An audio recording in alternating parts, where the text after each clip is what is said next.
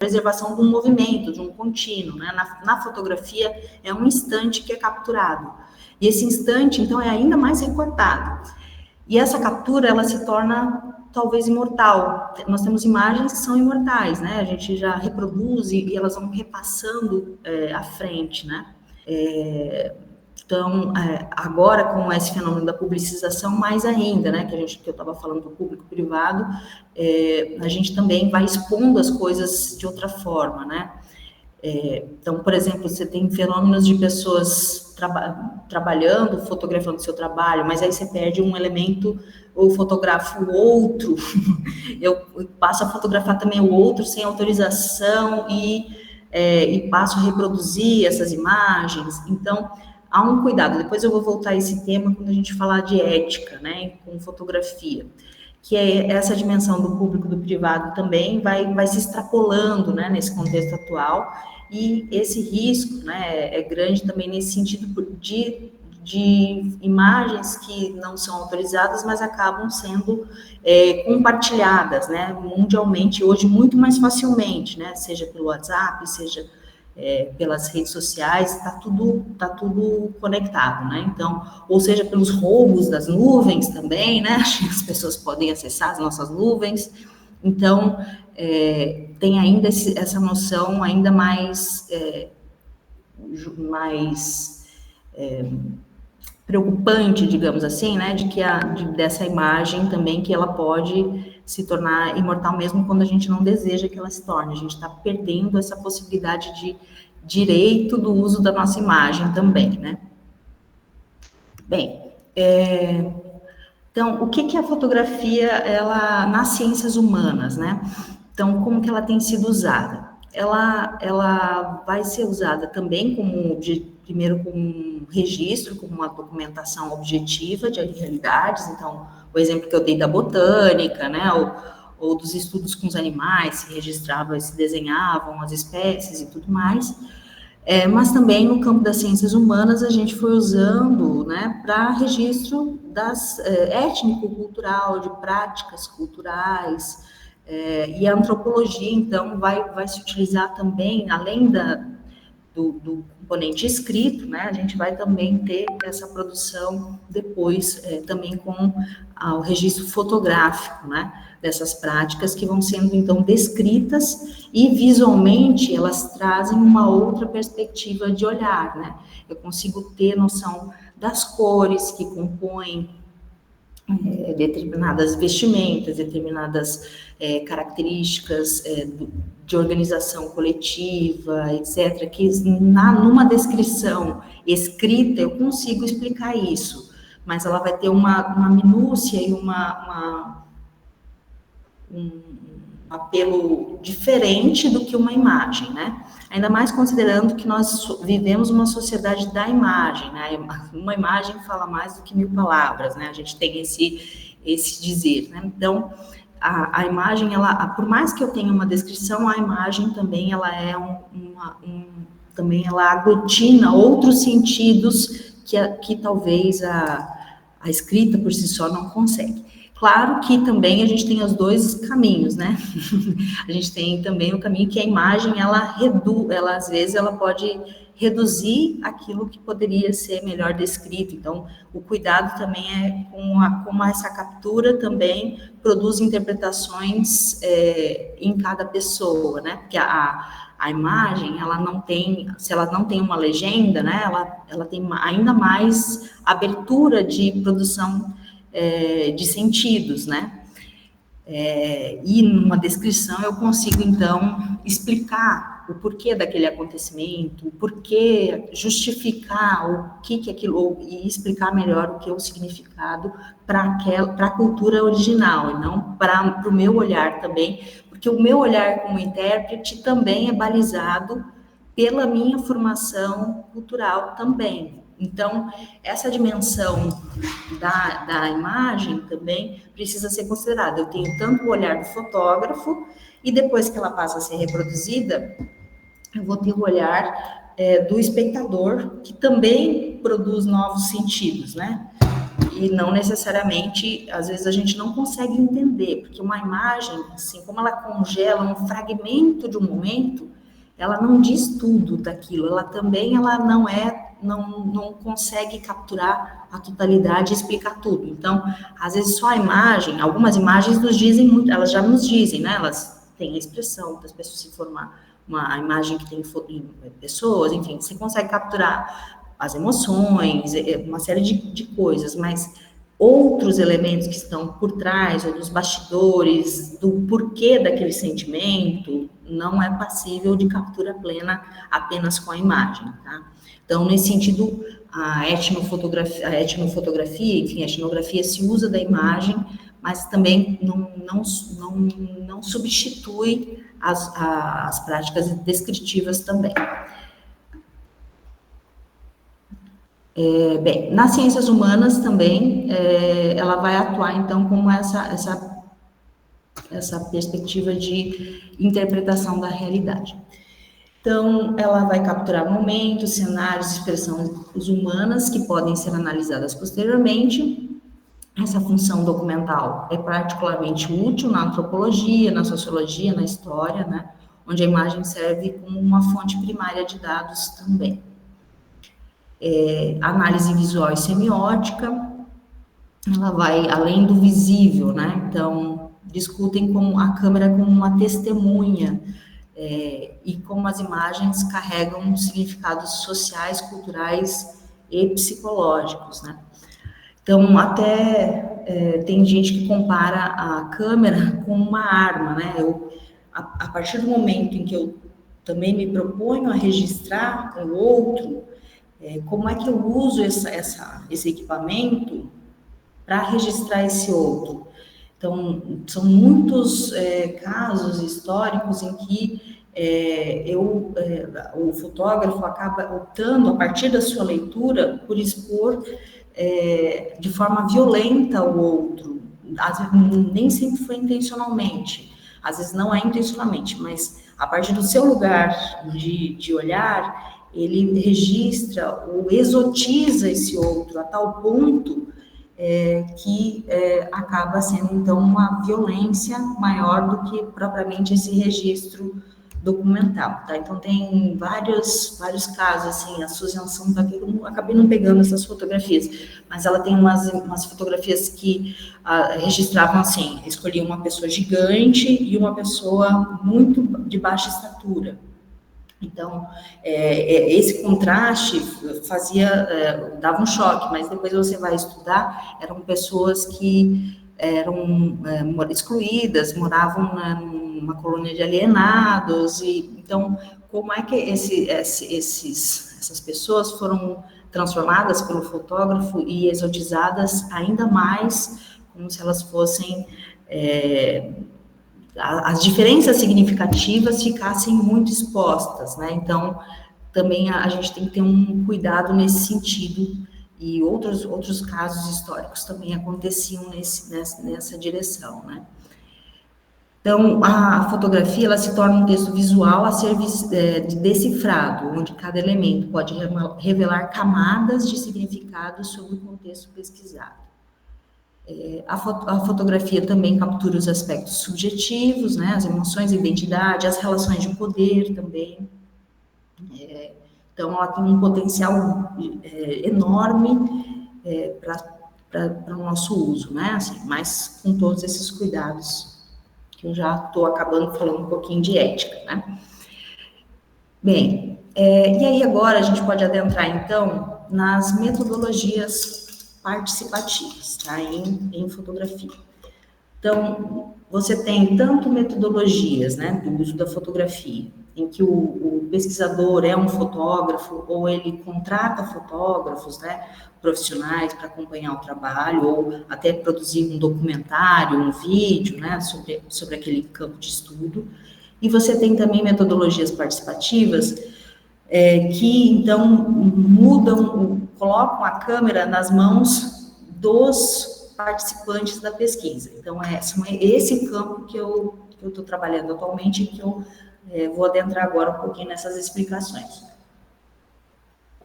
Até aqui tudo bem? Alguém quer fazer um comentário ou vocês preferem deixar para abrir tudo ao final? Ah, a Evelyn está aqui? Depois os meus alunos também podem falar um pouquinho. Por enquanto tudo certo, tá? Oi, Ariane. Bem, então, assim, então as metodologias, então, além então da gente pensar no uso da imagem, da fotografia como um grande avanço também para o campo da pesquisa, essas metodologias participativas, então, elas vêm com uma guinada, né? Elas vão, ai, que legal. Elas vão, então, propor essa guinada também a partir de toda a discussão até freiriana, de todos os métodos participativos de pesquisa, que vão até questionar essa relação hierárquica estabelecida entre o pesquisador e seu outro, né? O pesquisador e o outro, que é esse outro que é exótico, que é diferente do pesquisador, seja porque não só por uma questão étnica, né? Mas pela condição de saber, pelas hierarquias que existem, né? Sociais, estabelecidas a partir dos diferentes marcadores sociais também, que vão então produzir uma relação de que quem detém o domínio da técnica, do saber, é quem pesquisa o outro, né? Então, as metodologias participativas vão questionar isso e vão redimensionar o papel ativo de quem é pesquisado, né? Do sujeito, do participante. E aí a gente vai ter, então, no handbook de métodos de pesquisa visual, a gente tem um texto do Schaufen, que ele vai fazer uma parada, assim, uma classificação das pesquisas quanto às suas características, né? As pesquisas que usam mídia visual e o que elas têm em comum, né? Então, elas visam investigar as condições sociais, experiências vividas do ponto de vista subjetivo, e, em alguns casos, intervenções para uma ação social. Além de elas, então, reconfigurarem esse lugar de quem, do olhar de quem é que vai ser o olhar predominante, ou que vai ser, então, publicizado, né? Não é o olhar do pesquisador, mas o olhar do pesquisado, do insider, né? Não é o outsider que vai ser quem vai produzir o registro, né? Mas sim quem é de dentro dessa comunidade ou desse grupo que eu pesquiso. Ele também provoca a pensar em não apenas a pesquisa, mas também em propostas de intervenção. Então, tem uma colaboração mais ativa, né, entre os pesquisadores e os sujeitos, também os sujeitos participam, às vezes, do planejamento, eles expõem como eles pensam, o que eles gostariam que o projeto envolvesse. Então, a colaboração entre os insiders, quem é dentro do grupo, e os outsiders, os pesquisadores, artistas, educadores, fotógrafos profissionais para a produção de documentação visual. Então, todas as modalidades de pesquisa existem. A gente tem até um colega que participou com a gente, que é fantástico o trabalho dele. Ele é um fotógrafo, ele vai às comunidades da Amazônia, depois eu mostro umas fotografias. E ele produz os registros, mas é ele que produz, porque ele domina a técnica. Também tem uma questão que é a qualidade da imagem e da técnica que isso produz. Então, não estamos aqui negando que não sejam pertinentes, né? São pertinentes também esse tipo de produção também.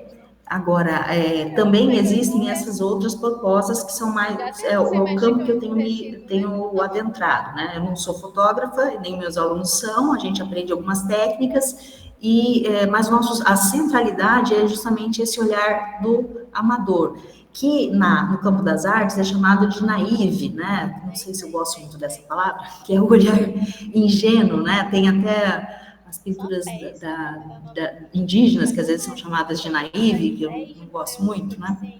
São pinturas que não dominam técnicas, essas técnicas consagradas dentro de um campo de saber também. Então, nesse sentido, também podem ter diferentes formas de fazer esse processo de fotografia.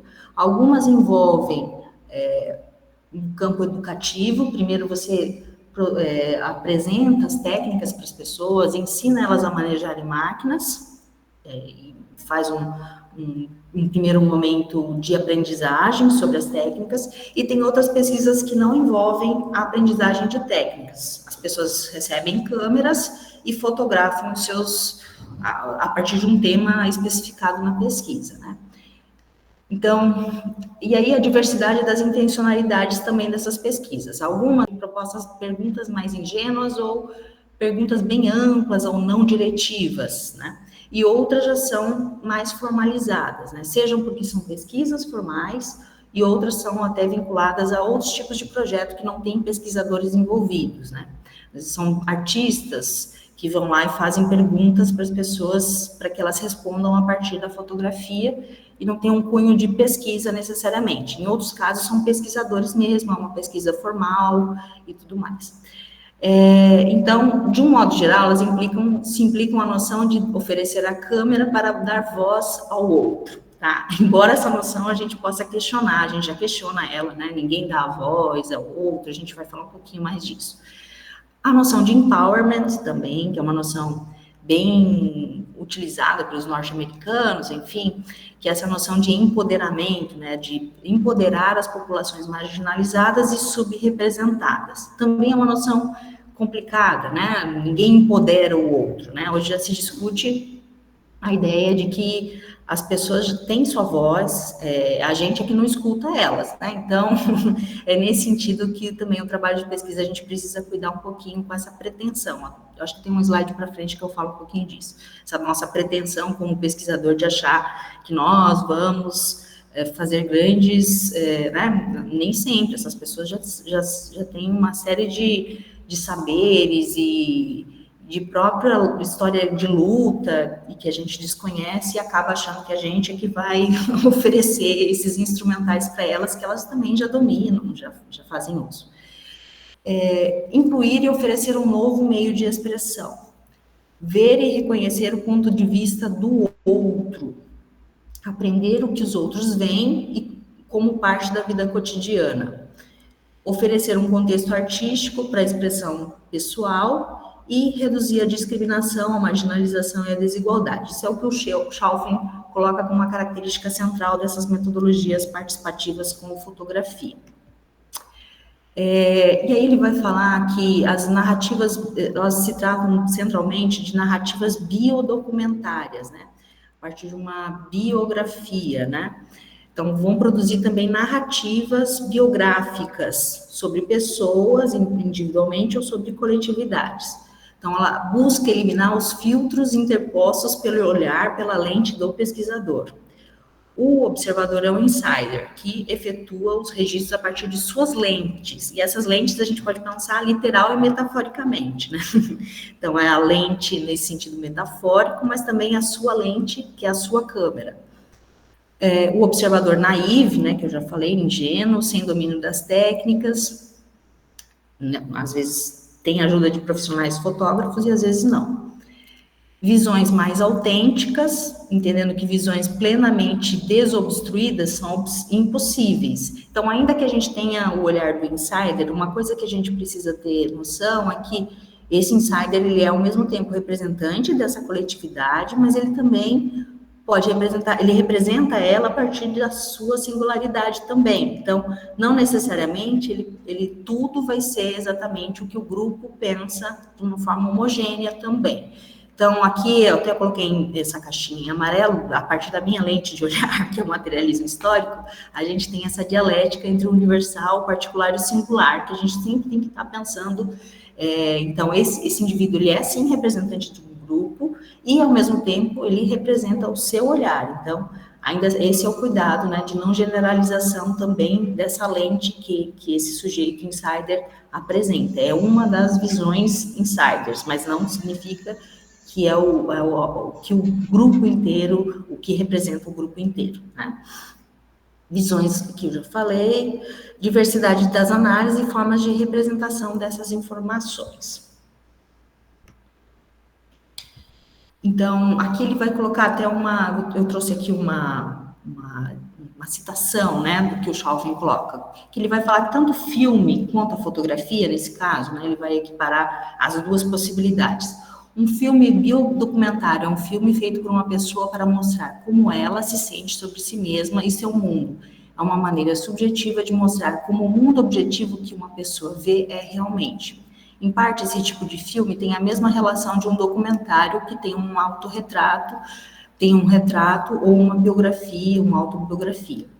Além disso, devido à maneira específica como esse tipo de filme é feito, ele frequentemente captura sentimentos e revela valores, atitudes e preocupações que estão além do controle consciente do criador.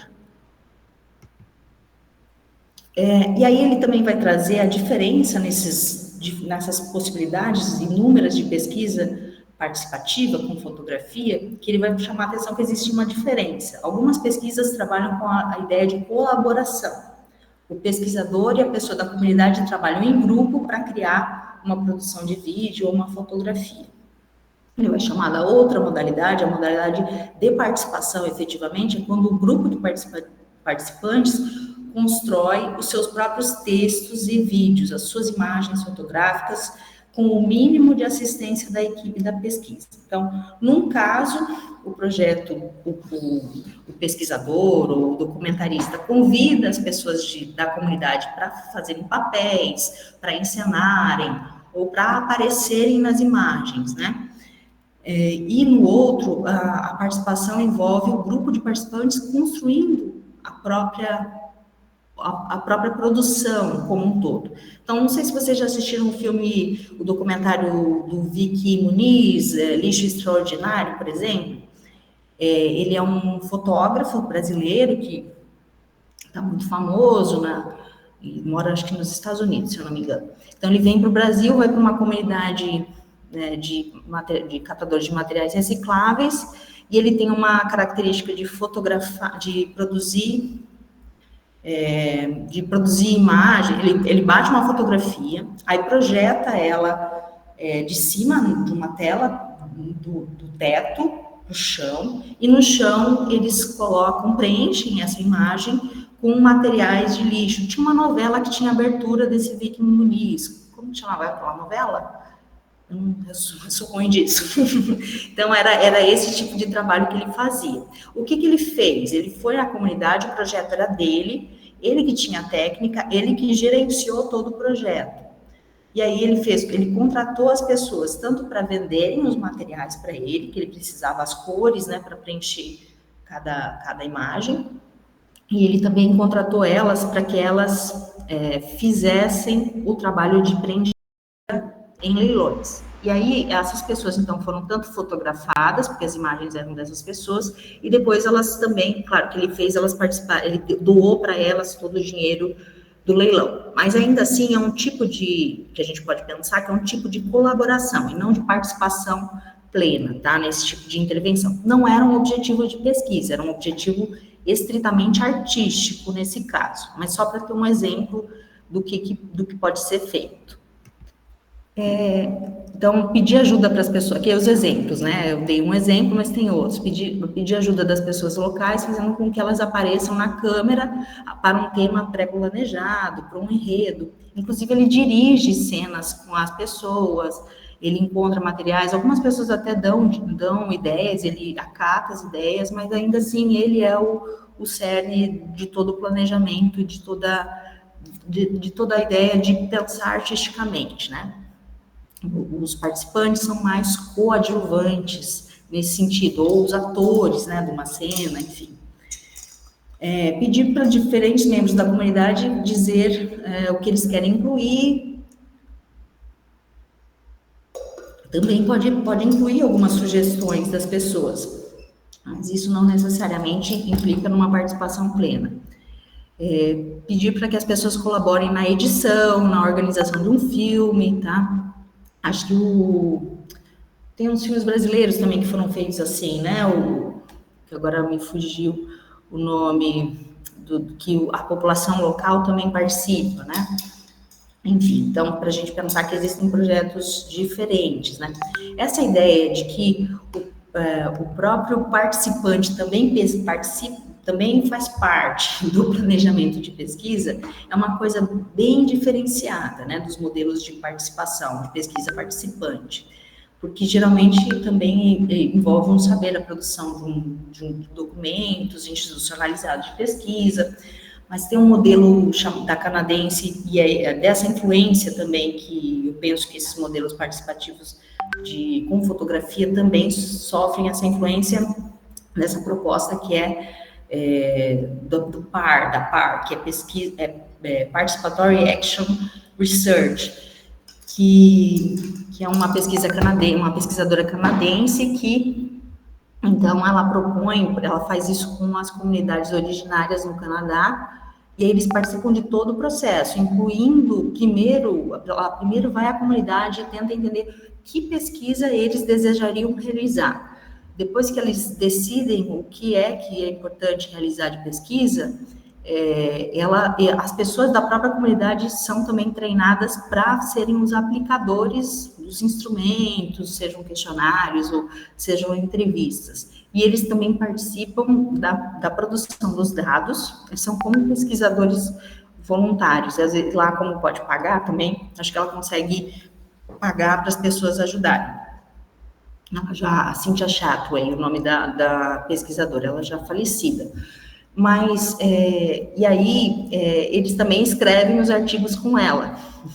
Então, é muito interessante essa modalidade de pesquisa, ela não se coloca como uma inversão bem antropológica também, ela é da antropologia, justamente pensando nessa dimensão do olhar do insider, mas que ele não fique, que ele também apareça em todo o processo de pesquisa, tá? É uma coisa bem difícil de ser feita, mas também é possível fazer isso nesses projetos de fotografia.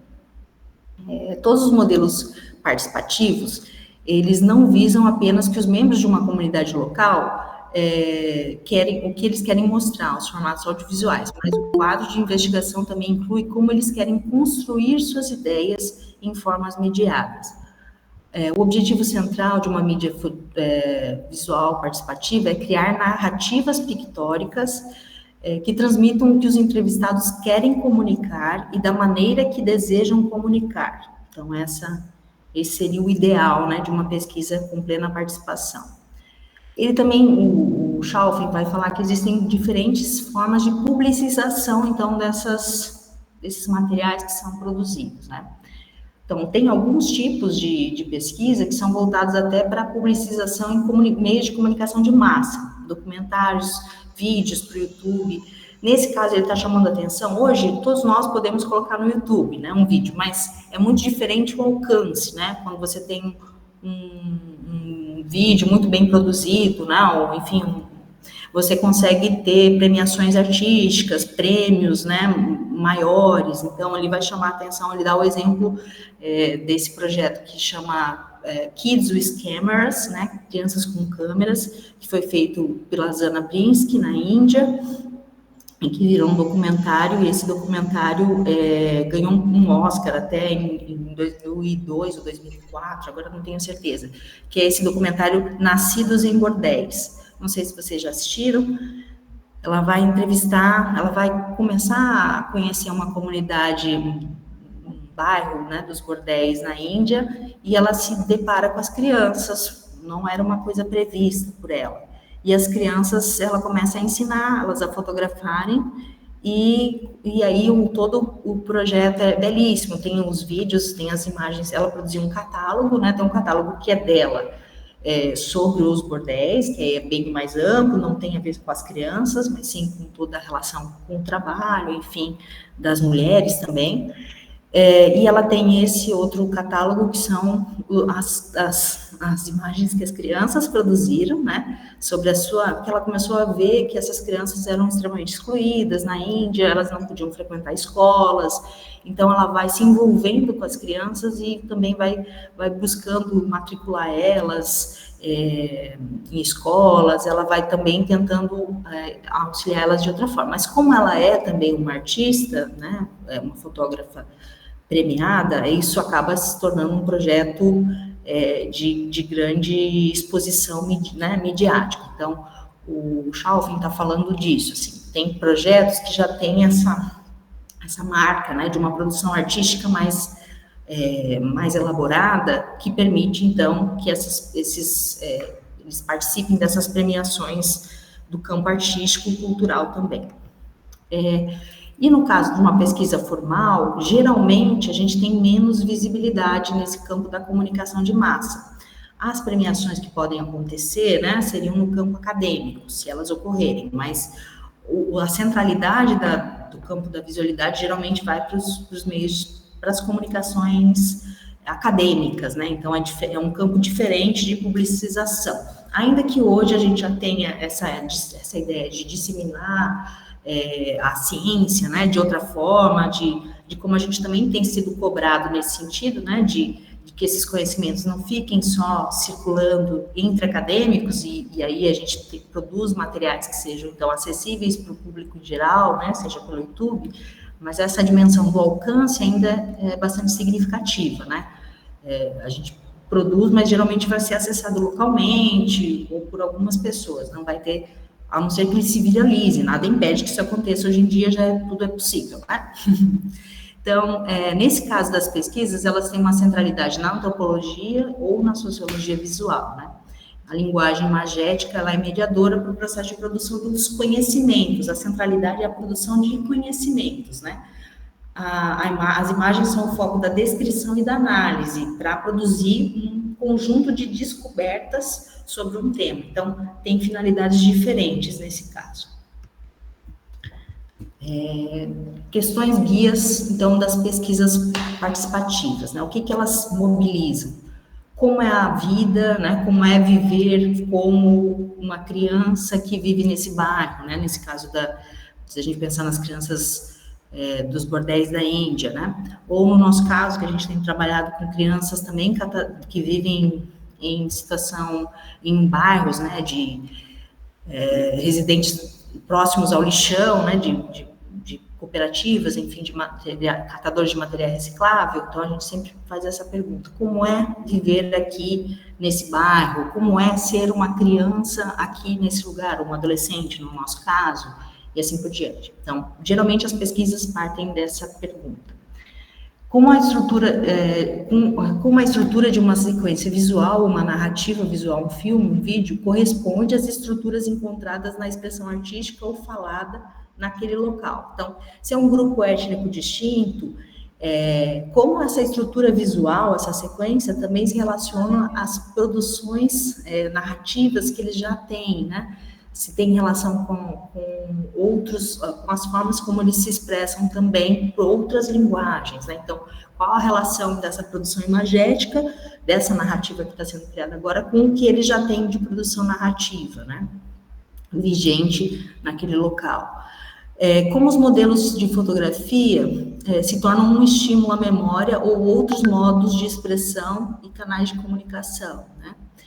Como a estrutura do processo de criação de uma narrativa visual reflete ou revela a estrutura social e organização social dos seus produtores. Esse também é um interesse dessas pesquisas, né? Como é que são as relações ali, as interações entre as pessoas, e como essa fotografia está conseguindo narrar esses elementos, né? Quão bem-sucedida é uma narrativa visual em revelar informações que não podem ser relatadas de nenhum outro modo de expressão.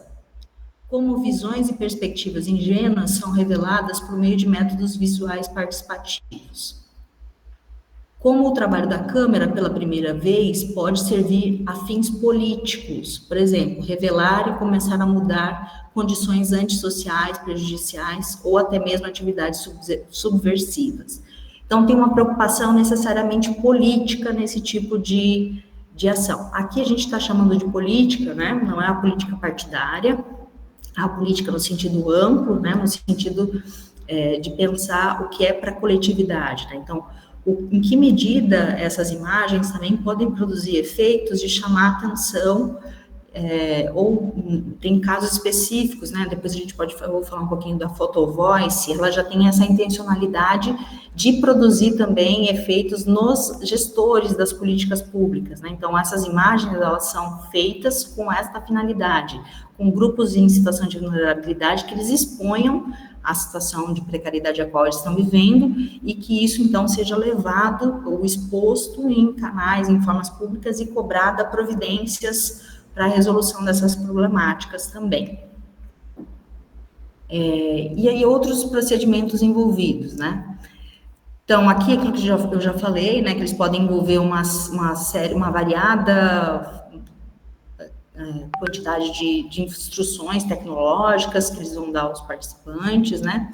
Tem alguns que incluem até técnicas de edição, né, e assim por diante, isso varia muito, né?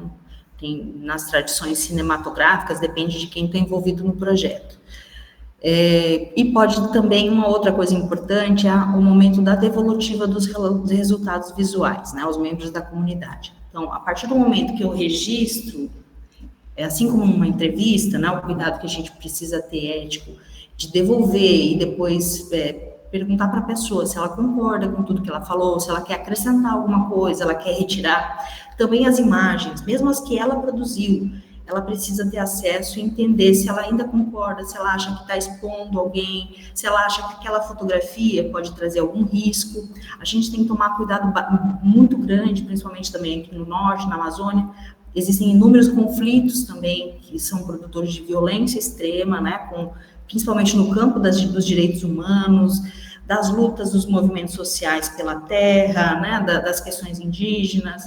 Então, a gente sabe que determinado tipo, a gente precisa conversar com as pessoas e entender se aquela fotografia expõe, se ela coloca em risco alguém, né? Então, essas questões precisam ser bem pensadas também com as pessoas que a gente trabalha, principalmente em contextos de violência extrema, que quase todos os grupos vulnerabilizados estão envolvidos, né? Infelizmente, participam desses contextos.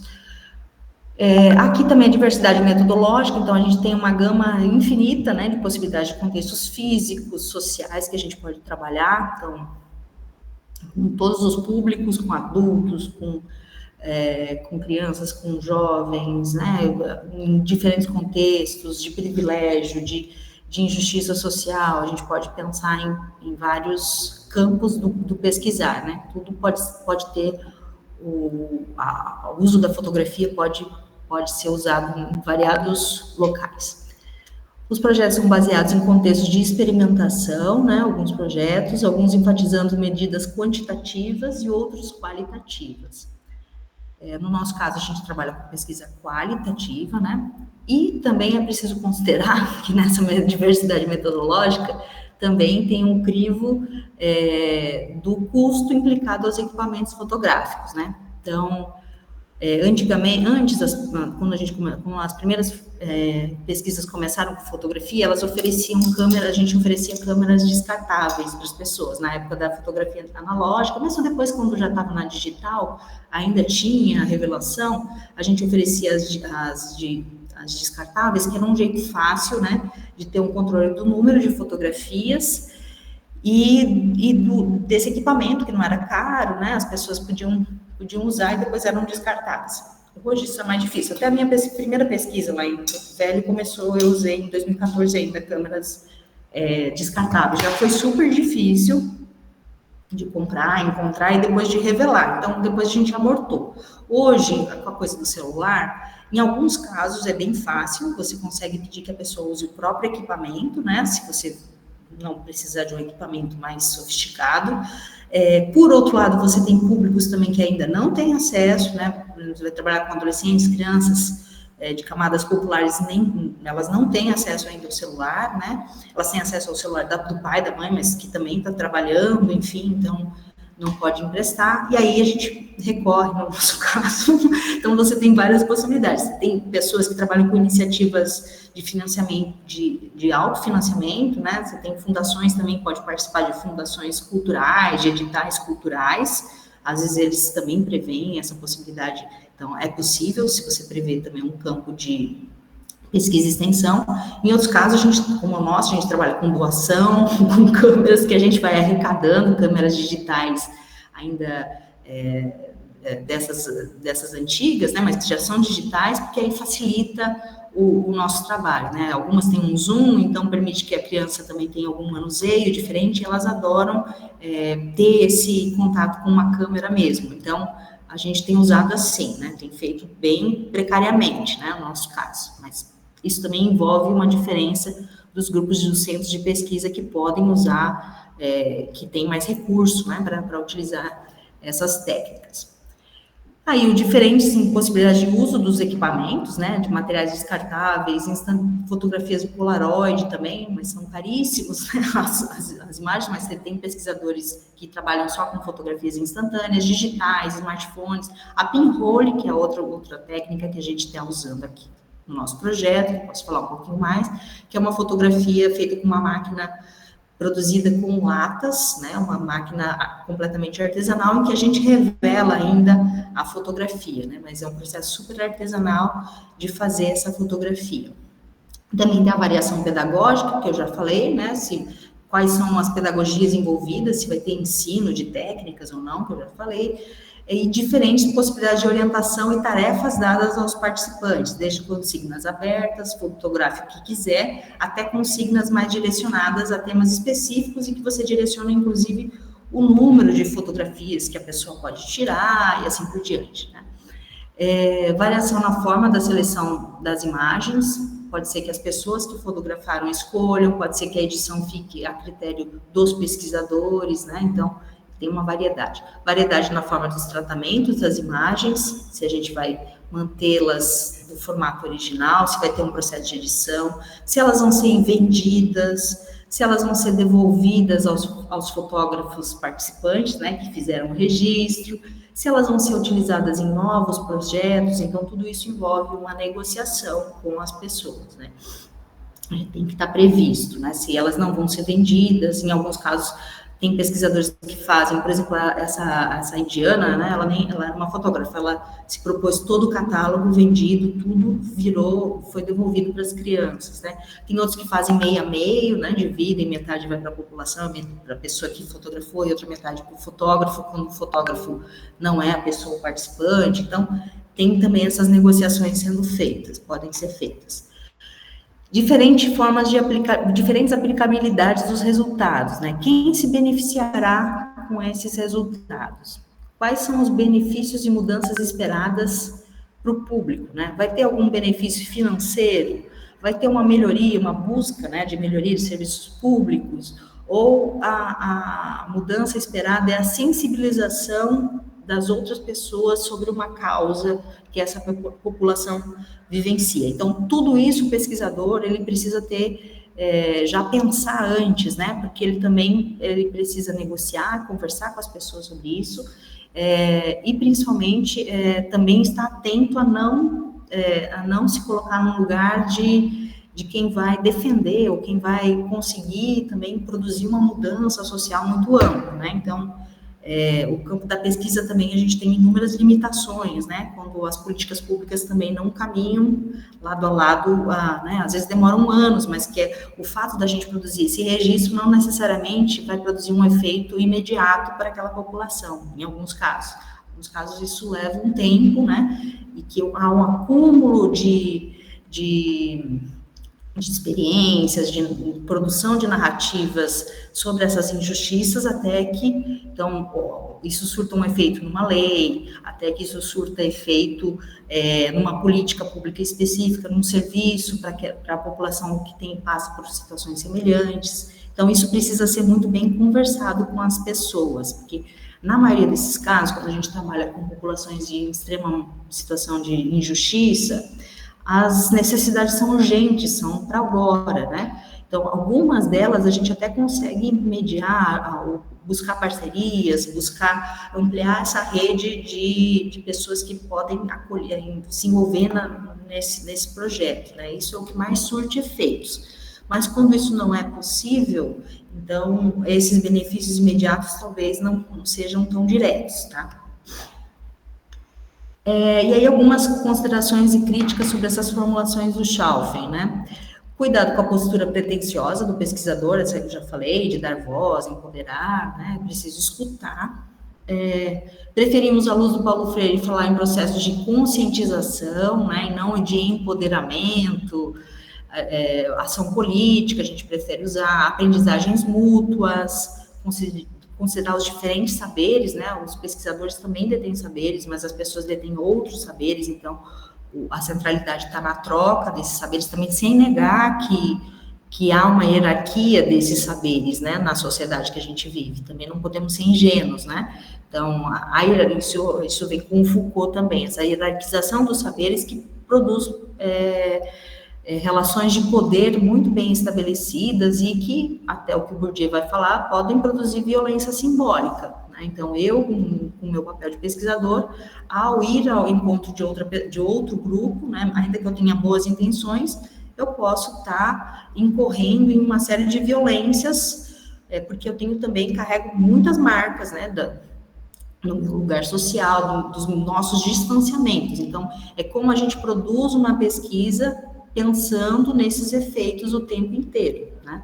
Seja de gênero, de raça, de classe social também, e assim por diante. Tá? A ciência, né, a própria ideia de que eu sou um cientista, o meu saber nessa sociedade, ele tem mais valor, sim, né? Não podemos negar isso. Agora, significa que eu acho que os saberes dos outros não são importantes ou são de menos valor? Não, a minha postura não é essa. Então, é como eu me coloco, não só com uma postura, mas também com um valor, com que crenças eu parto e vou até aquela população, né? Então, toda pesquisa, ela detém uma intencionalidade política, mesmo as que não são participativas, né, ou que não tenham esse cunho interventivo, como a pesquisa participante tem, né, de promover também, ela é muito associada, na psicologia, depois eu vou falar desse exemplo, ela está associada às práticas da psicologia comunitária, né. Mesmo que ela não detenha esse foco, ela é política, né, nesse sentido amplo, porque ela carrega ideologias, ela carrega intencionalidades, seja a ideia de neutralidade, já é uma dimensão política de um entendimento, né? Então, esse cuidado, saber disso é a primeira questão para que eu tenha mais cuidado ainda com o que eu vou produzir sobre o outro, né? Deixa eu ver aqui. Geralmente essas pesquisas também no campo da parte das situações de injustiça, a gente quer produzir registros, memórias desses acontecimentos para que eles não se repitam mais, né?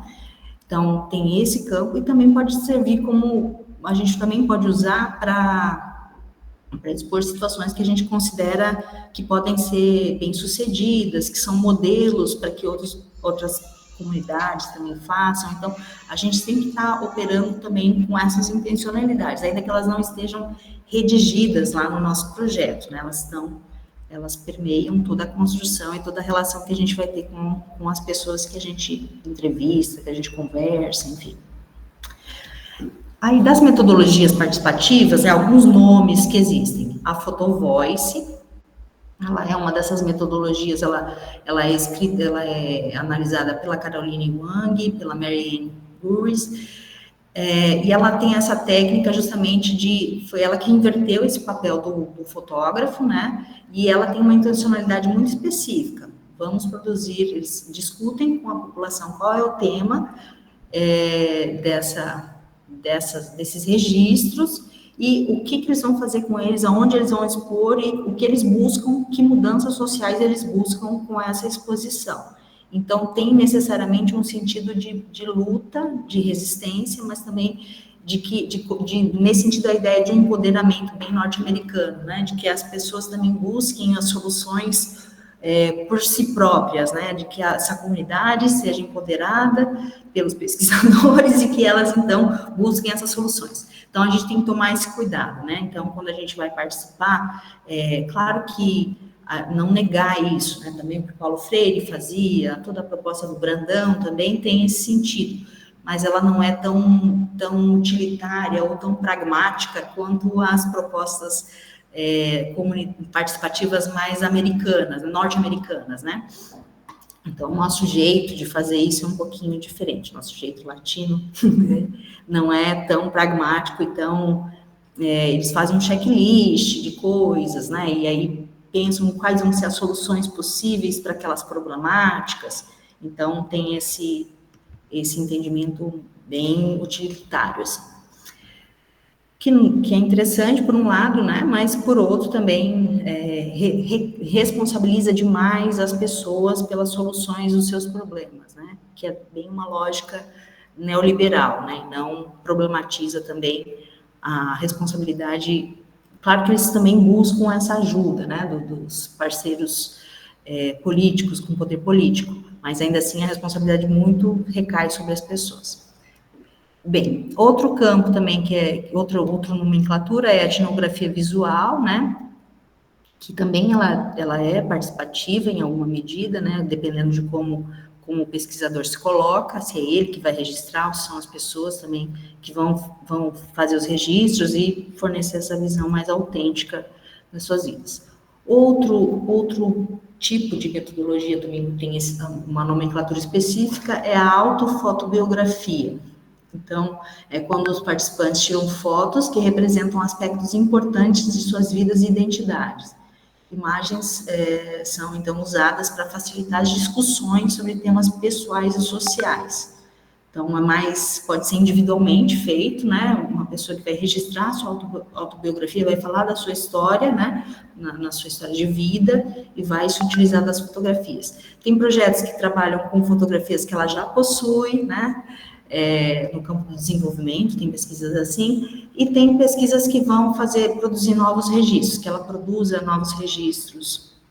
Então, a fotografia pode ser usada de diferentes formas. Também com idosos, isso é bastante interessante, trabalhar as fotografias ao longo da vida, né, e produzir essa narrativa da memória oral também. É bem interessante as maneiras como a gente pode usar a fotografia. Bem, e aí vamos chegar, então, enfim, à psicologia, né? Que modalidades que a gente tem de pesquisa participativa em psicologia?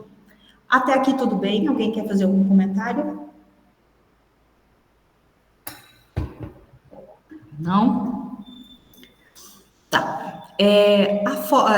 Então, aqui, dentre as metodologias, né, a que eu conheço e que eu tenho estudado é a fotointervenção.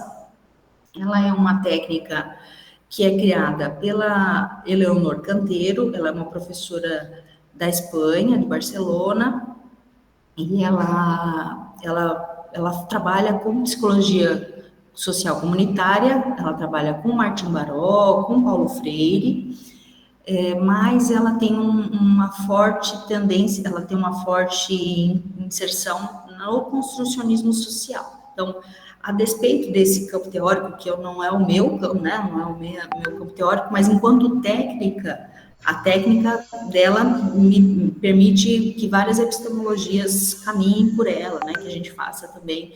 Ela é mais uma inspiração, não necessariamente a gente precisa seguir todo o roteiro que ela apresenta, mas é um modelo que eu acho bem interessante para a gente pensar nesse campo da psicologia.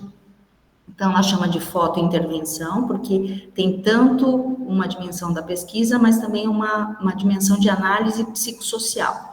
Ela quer, por meio